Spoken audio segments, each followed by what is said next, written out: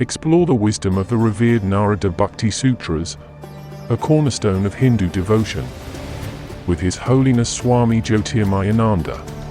Experience 45 enlightening lessons on the essence of Bhakti Yoga. Discover the path to pure love for God and transcend the material world. Embrace the teachings that have guided devotees for centuries. Attain spiritual perfection through devotion. Prepare to understand the depths of divine love. Find your path to spiritual enlightenment. Trust in the sutras. Follow these instructions. Be blessed with devotion. And now, His Holiness Swami Jyotirmayananda.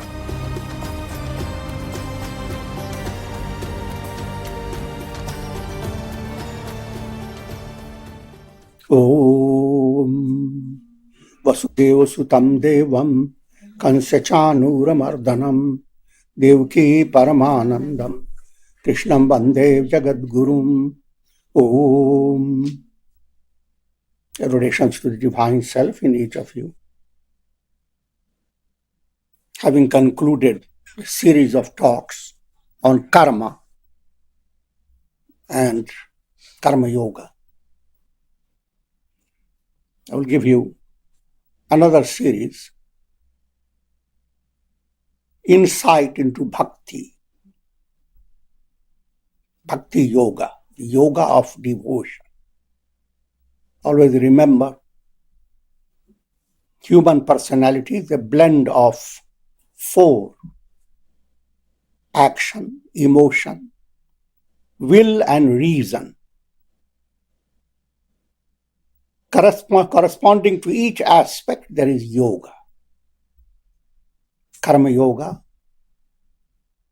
how to lift up the action aspect of your personality.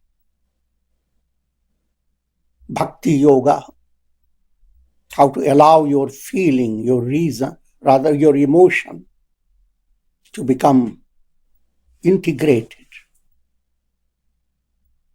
How to make all your emotions, which are like milk, turn into butter. And Krishna steals it.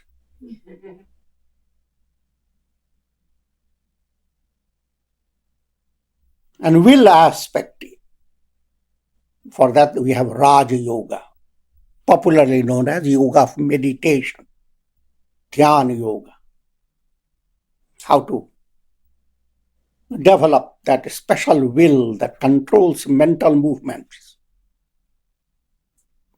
leading the mind to be poised, focused. And then you have Jnana Yoga, yoga of wisdom. That's how to lead your reason to turn into intuition.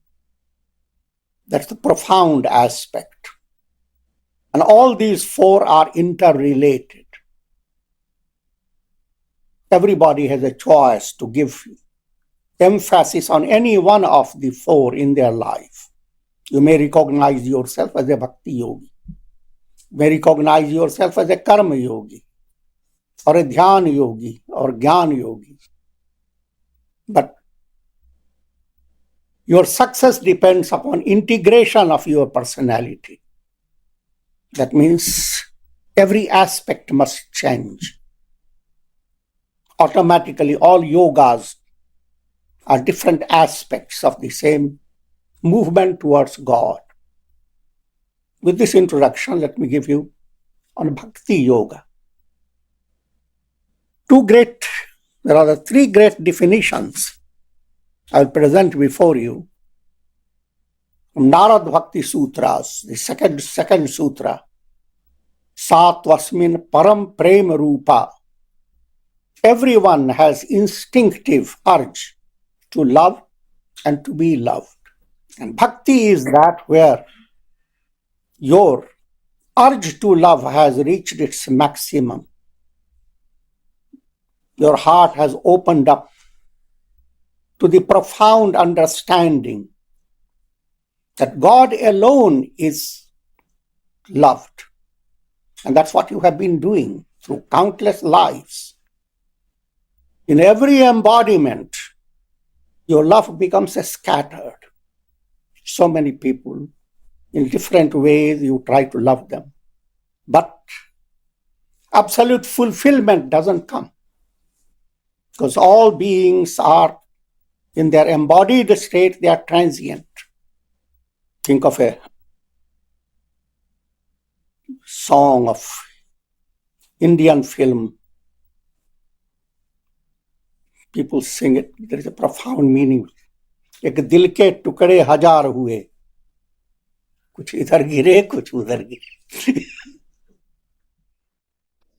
Heart broke up into thousands. Song, a frustrating song. Masters like to hear that.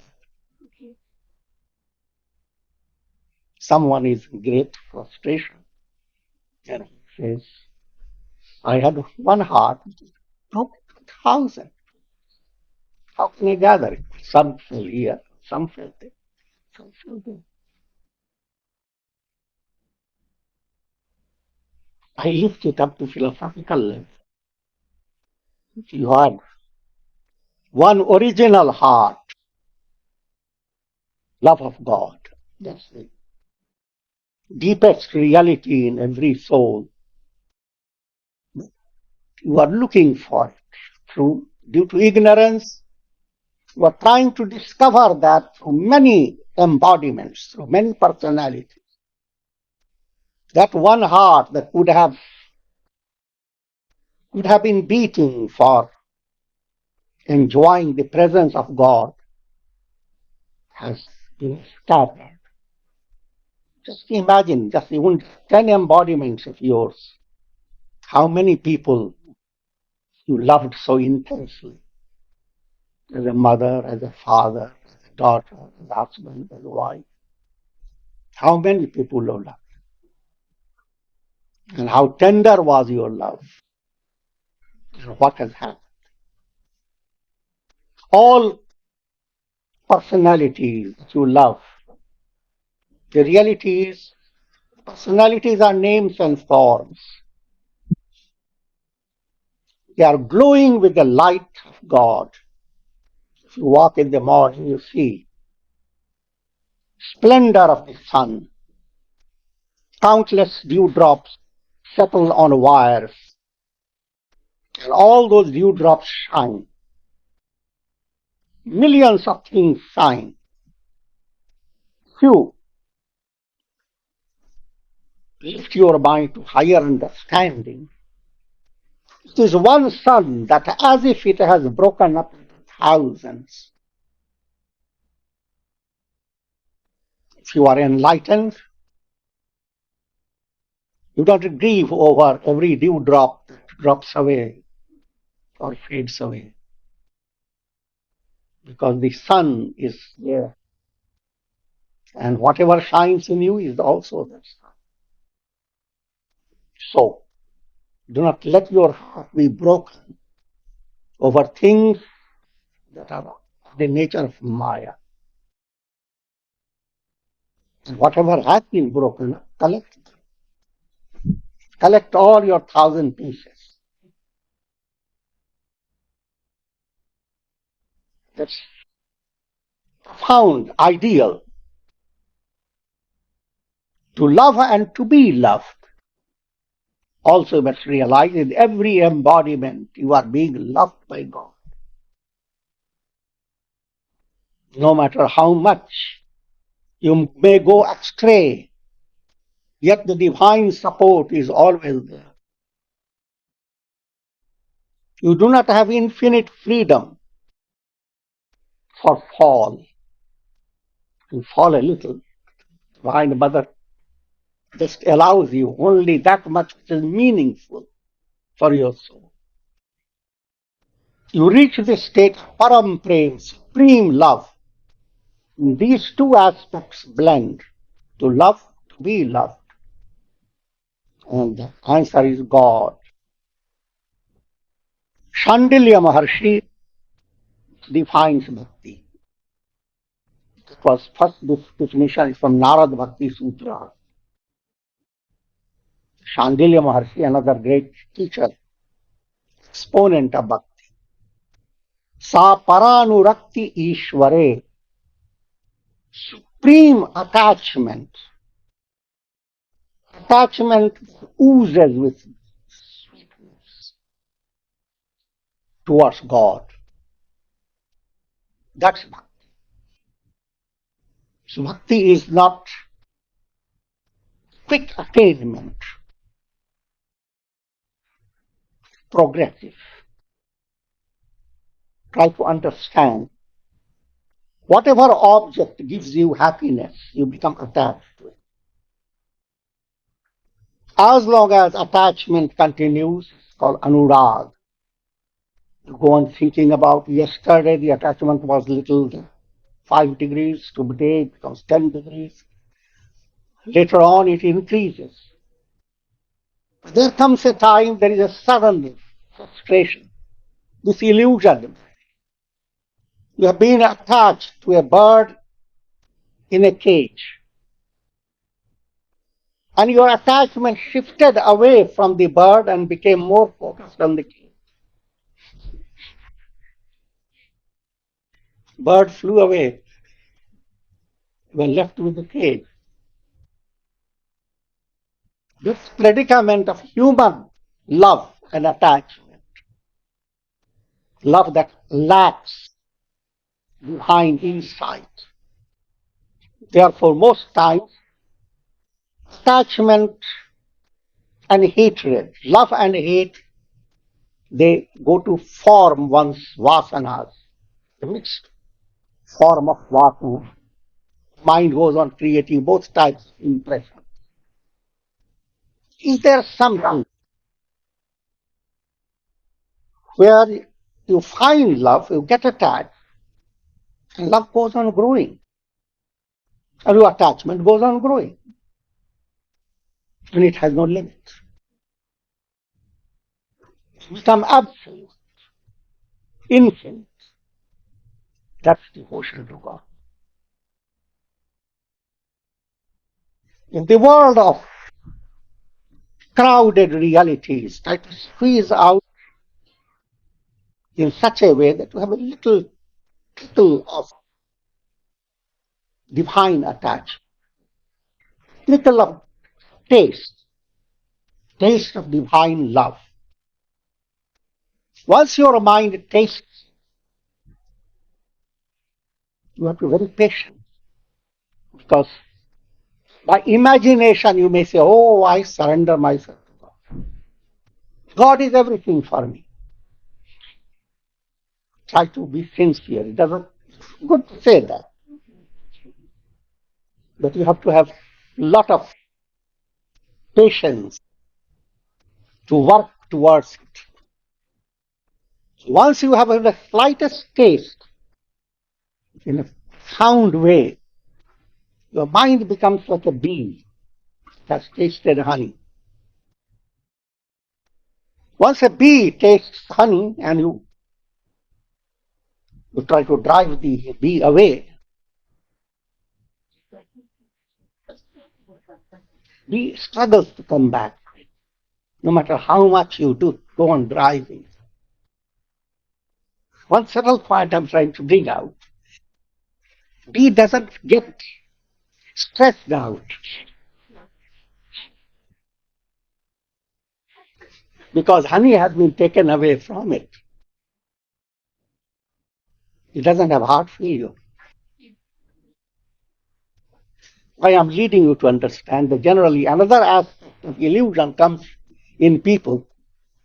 They say they love God so much, the world is so miserable, and when will God come? I'm suffering. Pangs of separation. Must realize scriptures do teach that way. The subtle meaning is not just pangs, it's a real pain for being united with divine lover, God. That pain is profoundly joyous. It's pain of the bee. It is separated from honey. So you should not confuse it with ordinary psychological and sentimental distress.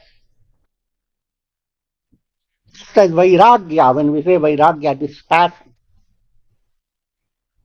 you are not nothing pleases. Not interpret it as that then there is no happiness for you in this world. What happens is you are pleased by objects, but don't give credit to them. You are seeing objects as not realities. You are seeing them as the real God manifesting as objects. Similarly, love of God, highest ideal is you don't separate yourself from the world, your angle changes. If you are attached to your mother, now you develop subtle understanding that God has planned to be served through your mother. And so, continue to love your mother and that love go deeper. God. You're not running away. You don't tell your mother, did you know that I have developed devotion and I'm going to India? Straight to Vrindavan. Now, I'm not underestimating that people have attained that state, but that's different. That is not something that is, they themselves, when they become enlightened, they don't teach that. घट घट में है साई रमता तो बचन मत बोल रे. In every individual there dwells God, and therefore never hurt anyone. That should be your profound motive within you. And your intellect should not think, are they allowed to go and hurt me?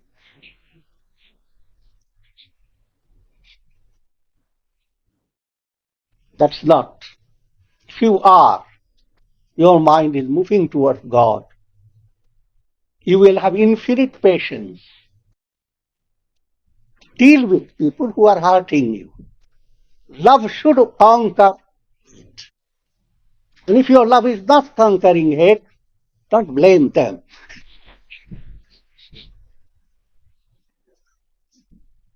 Look within yourself.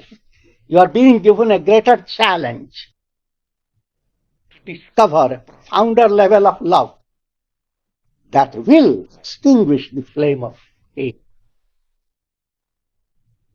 No longer no matter how much long it may take. Therefore, all saints and sages, they never give reality to negative things. Jesus says, forgive them, for they know not. Ramana Maharshi gave a simple parable that actually this is an episode in the ashram. Thieves enter during the night, thinking that devotees have brought a lot of gifts. And they found all the gifts were given away. And there was nothing there. Thieves were very frustrated. They wanted to do something about it. They saw Ramana Maharshi in state of meditation. They shook him up, probably they beat him. And by that time, disciples came in and they were very angry and the thieves ran away. They were running up and down with tremendous anger. You know, my shit. Calm down, calm. Teeth bite your tongue. What do? You do not go on looking for stones or rocks to break those teeth. Your tongue. These talks I'm giving are not practical. So therefore, if you are evaluating it from practical point of view, you will be frustrated. The God realization is of that nature. It is intensely practical if you understand. And Shankaracharya defines the Mokshataran Samagriyam Bhaktireva Gariyasi. Among various methods leading that enable you to attain enlightenment, Bhakti is the case. Devotion is the case. And what it is? Swarupa Anusandhanam Bhakti Kyabhidhiyate. Look for Swarup. What is your essential nature? Further explained. Once Rama asked Hanuman, how am I related? In Ramayana, Hanuman is the personification of highest devotee.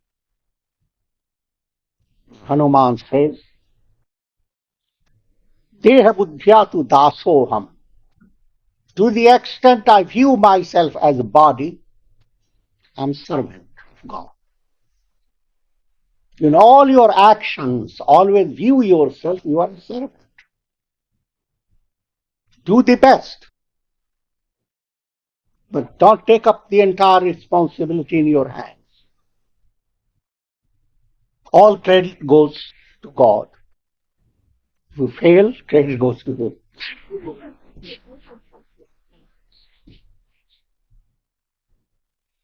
Implying whether you fail or gain, do not become perfect.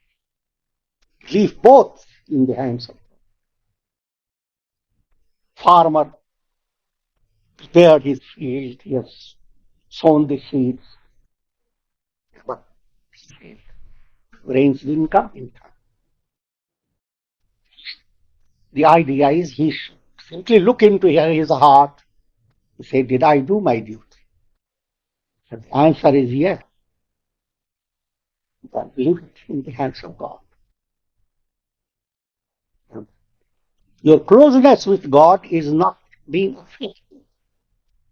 Any action that you perform, if you perform it well, it promotes the purity of heart. It brings you closer to God. If you achieve success and you don't handle success correctly, you come closer to your ego. Sometimes failure is there. Remember, sometimes Kabir Das ki ulta bani. Sometimes teaching is given in a way that appears contradictory. And that's a humorous way. Saint Kabira put it in a song, Kabir Das ki ulta bani. Parse kambal bhinge pani. Neeruji, you know that? Barse kambal. Eyes are the lotus. Kambal has two meanings. Ordinarily it means blanket. Extraordinarily, it is the eyes. When you are with great devotion, the eyes rain.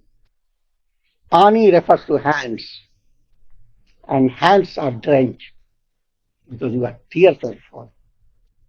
But by a twist of language, it would mean also blankets are falling and water is being drenched. Apart from that, Hanuman says, Deha buddhyatu dasoham. To the extent I am body, I am a slave. Jiva buddhya tvadanshaka. To the extent I am soul, I am a ray. You are the sun. In other words, you have amazing possibility to bring out effulgence of God through your personality. Closer you come to God, greater will be the light of God flowing through you. You will always remain a ray in that state. As a ray, you can do much more. If you became the sun, nobody will come close. So as a soul, you are always a ray of God. And it is from that point of view you go on loving God. Because God is your source. And go on developing immense faith and trust. Look into a jar, a reflected sun, so brittle that it's unsteady. The situation is so tender. Anything can make the reflected sun shake. No matter whatever may happen in your life, the sun cannot be shaken. So in spite of the shaking of your reflected sun, in day-to-day life, never lead your mind to absolute frustration. Try to understand that there is no power on earth that can destroy the soul. And in divine plan, all things are being well coordinated for your evolution. And the more you come closer to God, grace begins to operate. And that works wonders. One of the most effective, and then another next aspect, Hanuman says to Rama, Atma Buddhya Tavaiva, from the point of view of the innermost essence, I am you. Every reflected sun is really the sun. When intellect becomes intuitive, your mind is absolutely purified. You are Brahman. You have no other existence. All these three attitudes blend in your daily life. Constant attitude of serving God through your body. Constant attitude of allowing the mind to capture the light of God. And the ultimate goal where your individuality dissolves like a river having entered into the ocean. All the three go together. There's no contradiction. But the best method of developing devotion is japa, turning your mind to the name of God. I'll just give you some saintly quotations. Meera is a devotee whose songs are sung popularly by the masses.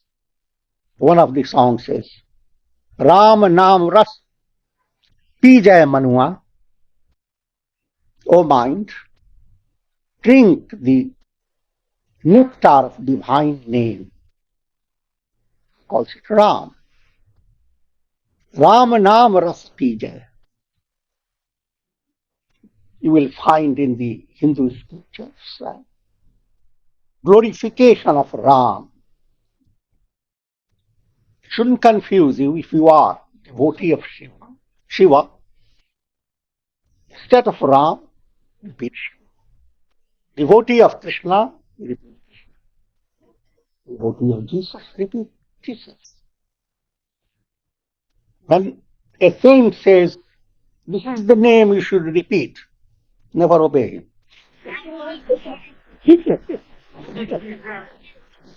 He doesn't mean that that's the only name you have to repeat. Obey term I use only humorous. Because Meera is well known as Krishna's devotee. Why didn't she sing Krishna Ramalo? Repeat Krishna's name, not Rama. But on the other hand, she said Ram Nam, implying that all deities, all the mantras, they are of one God. So whichever mantra has been your Ishta mantra, whichever has been given to you, to which you are initiated, which you have chosen, that name is the Ram Naam. And as you go on repeating it, it becomes nectar. Through that name, the special type of touch of God. तज कुसंग सत्संग बैठ नित हरि चर्चा सुनि लीजिए. Try to avoid wrong associations. Be drawn to satsanga, where glory of God is sung, talked about, where people put their heads together to understand the mystery of divine presence.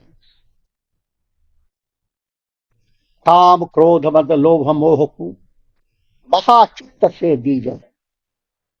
The mind is constantly dominated by ego. It's like a stagnant lake.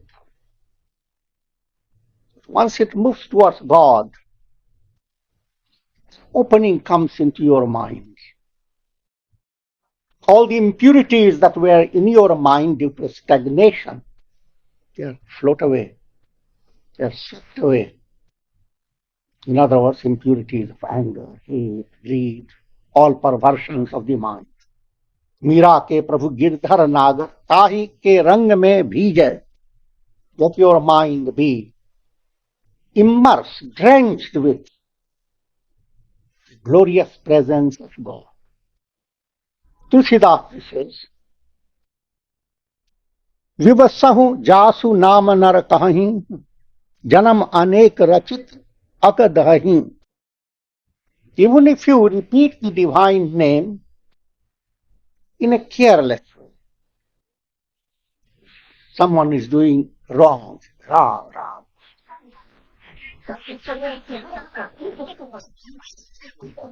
People say Jesus, Jesus. Even that has a... Even if you repeat the divine name carelessly, you are repeating it, but your mind is somewhere else. Still go on repeating it. Still it has effect. सादर सुमिरन जे नर करही भव वारिधि गोपद इव तरही. Even when repeated in a careless manner, divine name burns up all accumulated negative karmas of many lives. However, if you repeat the name, feeling and devotion, you cross the ocean of the world process as if the whole ocean has turned into the hoof mark made by a cow. Little thing. Mystical sadhana has immense power. Sometimes little dosage of a right medicine works wonders. And these are little dosage. So whether you take the dosage carelessly or most willingly and with a favorable mind, doesn't matter. Therefore, the message is, this is one of the most effective methods. Instead of waiting for studying all the scriptures and then coming to a decision what I should do, start repeating the divine name, and along with this repetition of divine name, start building up proper type of feeling within your mind. Allow your feeling to expand. Just I give you a simple guidance. If you are repeating any mantra, have your mala. If you are advanced, you can repeat mantra anytime, anywhere.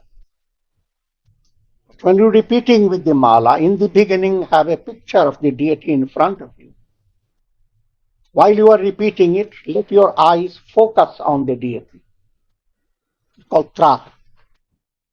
But don't strain your eyes. And close your eyes and try to visualize the four. Also, begin with loud repetition. Om Shri Ramaya Namah, Om Shri Ramaya Namah, Om Shri Ramaya Namah. Gradually become whispering, Shri Ramaya Namah. Gradually, all mental. Watch yourself. And practice has to go on day by day. When you sing a mantra, like Om Namah Shivaya, Om Namah Shivaya, it's called Kirtan. Your mantra, you can breathe in with Ram. Hold Ram in your mind. Breathe out. Same way with other mantras. You can repeat the divine name without the mala, just by mind, depending upon your circumstances. But train yourself to have a general plan. Early in the morning, sit down in your puja room and repeat your mantra. Another method is likhit japa. Have a diary, have any type of book, and every day go on writing the same. It is Om, Om, Om, Om, Om. Develop the attitude of being an artist. And as you write, focus and try to develop a feeling to each name you are writing, but touching God. If it doesn't work out in one day, go on doing that day by day, because it is not perfection. What you have written, what you accumulate as you go on writing in your mind, that begins to give you a special type of mantra. Different methods are there, and we will explore more as time passes by. And with this we conclude. Om Shanti, Shanti, Shanti. Thank you for joining us on this journey of spiritual growth. It's an honor to learn from the wisdom of Swami Jyotirmayananda. As we part for now, remember, the quest does not end. Take time to reflect on today's insights and integrate them into your life. Until next time, stay open, stay curious, stay present. The light within you is always shining.